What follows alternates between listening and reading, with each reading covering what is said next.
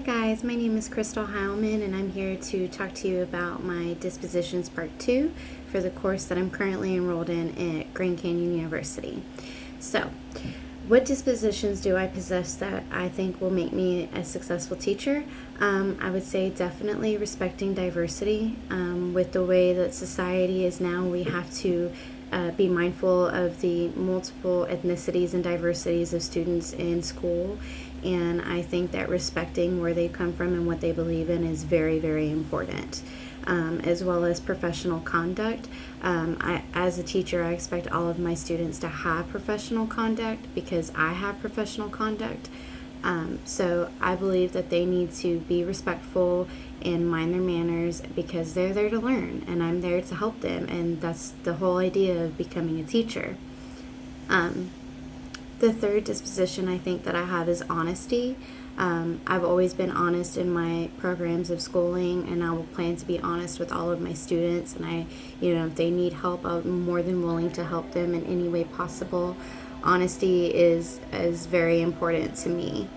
I would definitely say that I have the compassion. That is the reason why I'm pursuing my master's degree with Grand Canyon University. I have the compassion to want to help others, and I was once too like other students where I was misguided along the way, and I want to share my experiences with them and show them that I am there to help them, and I will do whatever it takes to make sure that they are successful in the classroom. I would definitely say advocacy is another disposition that I have to becoming a teacher. Is I want to be able to help the students with any issues or concerns that they might have in the classroom or outside the classroom. I have previously worked in education before, and I have had to help students and provide them with any types of resources that they need for outside the classroom, or if they need a mentor or somebody to look up to.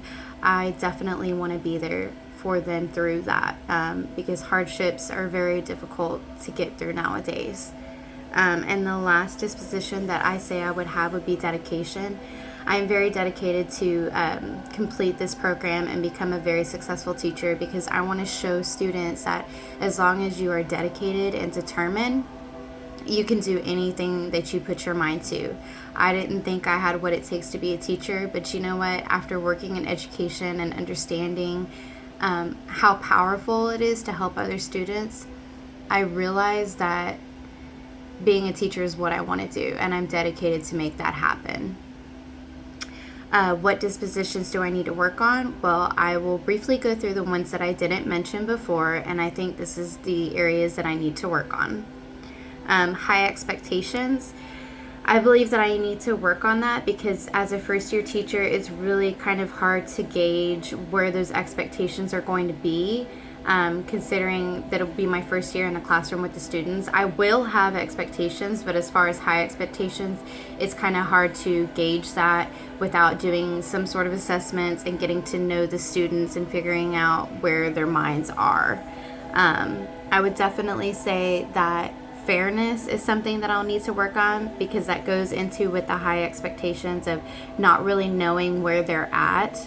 I will always be fair in the grading and how I treat them, obviously, but I kind of need to understand where they're at comprehension level wise to know what the fairness levels need to be.